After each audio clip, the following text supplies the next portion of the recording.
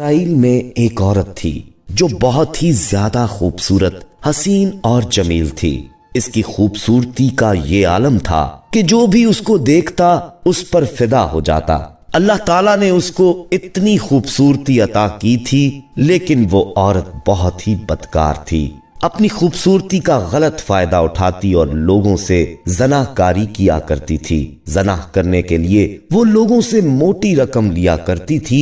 وہ زنا کاری میں اس طرح ڈوبی کہ پوری بستی والوں کے ساتھ اس کے ناجائز تعلقات تھے۔ وہ زنا کے پیسوں سے اتنی مالدار ہو گئی کہ اس نے اپنے لیے ایک بڑا سا محل بنوا لیا تھا، اور زنا کرنے کے لیے اس نے اپنے کمرے میں سونے کا پلنگ بنوا رکھا تھا۔ اب وہ اور بھی زیادہ موٹی رقم لینے لگی۔ اس عورت کی ساتھ والی بستی میں ایک نوجوان تھا جو بہت ہی زیادہ پرہیزگار تھا، گناہوں سے دور رہتا اور دن اور رات صرف اللہ تعالی کی عبادت کرتا تھا۔ ایک بار وہ عبادت گزار نوجوان کسی کام سے اس بستی سے گزرا اور بدکار عورت اپنے محل کا دروازہ کھول کر بیٹھی تھی۔ جب وہ نوجوان اس کے محل کے قریب پہنچا تو نہ چاہتے ہوئے بھی اس کی نظر اس عورت پر پڑ گئی، اور اس کو دیکھ کر اس نے اللہ تعالیٰ کے ڈر سے اپنی نظریں جھکا لیں۔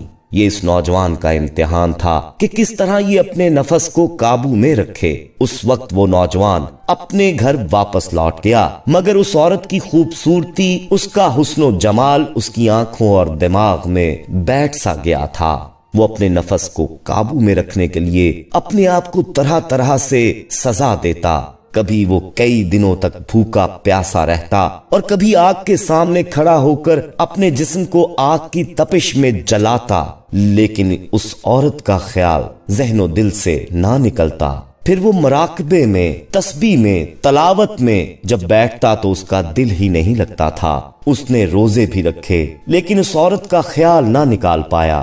ایک دن اس کو شیطان نے بہکا دیا تو اس نے سوچا کہ جب اس خیال سے میں نکل ہی نہیں پا رہا ہوں تو ایک بار اس سے مل لیتا ہوں۔ وہ نوجوان اس عورت کے پاس گیا، اس سے اس کی زنا کی رقم پوچھی۔ اس نوجوان نے کہا، اے عورت، تو کتنی رقم لے گی میری خواہش کو پورا کرنے کے لیے؟ اس عورت نے اسے اپنی رقم بتا دی۔ اس کی رقم سن کر یہ نوجوان اپنے گھر آیا اور اپنی جمع پونجی اکٹھا کر لی اور کچھ سامان بیچ کر اس عورت کی رقم کے برابر رقم اکٹھا کر لی۔ پھر اس عورت کو یہ رقم لے جا کر دے دی۔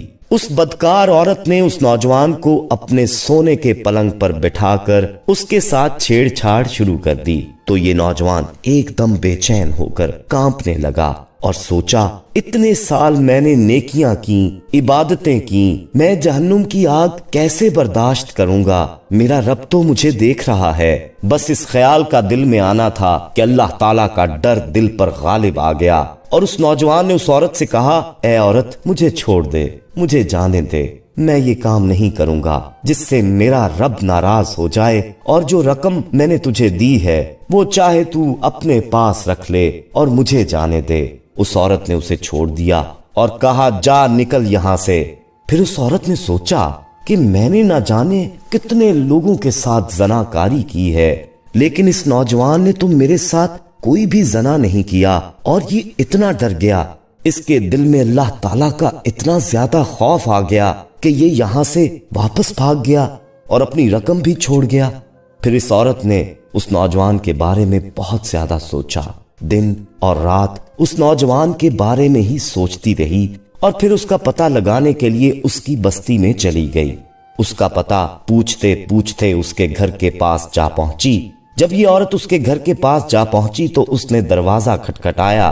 اس کے چھوٹے بھائی نے دروازہ کھولا اور اس نے کہا، کیا کام ہے؟ تو اس عورت نے اس نوجوان کے بارے پوچھا کہ وہ کہاں ہے؟ تو اس کے بھائی نے کہا کہ وہ تو میرا بڑا بھائی تھا، اور اس نے نہ جانے ایسا کون سا گناہ کر دیا تھا کہ ڈر کے مارے کل رات ہی اس کا انتقال ہو گیا۔ یہ بات سن کر وہ عورت بہت زیادہ حیران ہوئی اور سوچنے لگی کہ اس نے تو کوئی گناہ بھی نہیں کیا تھا، پھر ڈر کے مارے، اللہ کے خوف کے مارے اس کا انتقال ہی ہو گیا، اور میں کتنی بدکار ہوں، روزانہ جانے کتنے گناہ کرتی ہوں، میرا کیا بنے گا؟ یہ سوچتے ہی اس عورت کی آنکھوں میں آنسو آ گئے اور اس نے سچے دل سے توبہ کر لی، اور پھر اس کے بھائی سے اس نے سارا واقعہ بیان کر دیا۔ تو اس کے بھائی سے اس عورت نے کہا کیا تم مجھ سے شادی کرو گے؟ پھر اس نوجوان کے بھائی نے سوچا کہ جب اس عورت نے اللہ تعالیٰ سے سچے دل سے توبہ ہی کر لی ہے تو اللہ تعالیٰ بھی اسے معاف کر دے گا، اور پھر اس نے اس عورت سے شادی کر لی۔ پھر اس عورت نے برائی کے کام سے کمائے ہوئے اپنے تمام اثاثے بیچ دیے، اس کا جو محل تھا اس نے اسے بیچ دیا، اس کا جو سونے کا پلنگ تھا اس نے وہ بھی بیچ دیا، اور اپنے تمام پیسے جائیداد سب کچھ غریبوں میں بانٹ دیا۔ اور اس کے بعد اس عورت نے دن رات صرف توبہ کی، نیک اور پرہیزگار ہو گئی۔ اس کے دل میں اللہ کی ایسی محبت جاگی اور ایسا خوف جاگا کہ اب یہ عورت کسی غیر محرم کے پاس جانا تو دور، اس کو دیکھنا بھی پسند نہیں کرتی تھی۔ یہ عورت اللہ تعالیٰ کے حکم پر چلنے لگی اور اللہ تعالیٰ نے اس عورت کو اپنے قریب کر لیا، اور پھر اس کے ہاں 7 بچوں کی پیدائش ہوئی۔ حضرت غوث پاک فرماتے ہیں کہ اس کے 7 کے 7 بچے اللہ کے ولی بن گئے تھے۔ تو دوستو، آپ نے توبہ کرنے کی برکت کو ملاحظہ کیا؟ اگر کوئی سچے دل سے توبہ کر لیتا ہے تو وہ کتنا ہی بڑا گنہگار کیوں نہ ہو، اللہ تعالیٰ اسے معاف فرما دیتا ہے۔ دوستو، ہم سب کو بھی چاہیے کہ اگر کبھی ہم سے جانے انجانے میں کوئی بھول ہو گئی ہو، کوئی بھی گناہ ہو گیا ہو، تو اللہ تعالیٰ سے سچے دل سے توبہ کر لینے میں ہی بھلائی ہے، کیونکہ ساتھیو اللہ تعالیٰ تو رحمان ہے اور رحیم ہے، وہ اپنے بندوں کے گناہوں کو معاف فرما دیتا ہے۔ تو اللہ تعالیٰ سے میری یہی دعا ہے کہ اللہ تعالیٰ ہم سبھی کو معاف فرما دے، آمین ثم آمین۔ دوستو، یہ واقعہ آپ کو کیسا لگا؟ کامنٹ میں اپنی رائے کا اظہار ضرور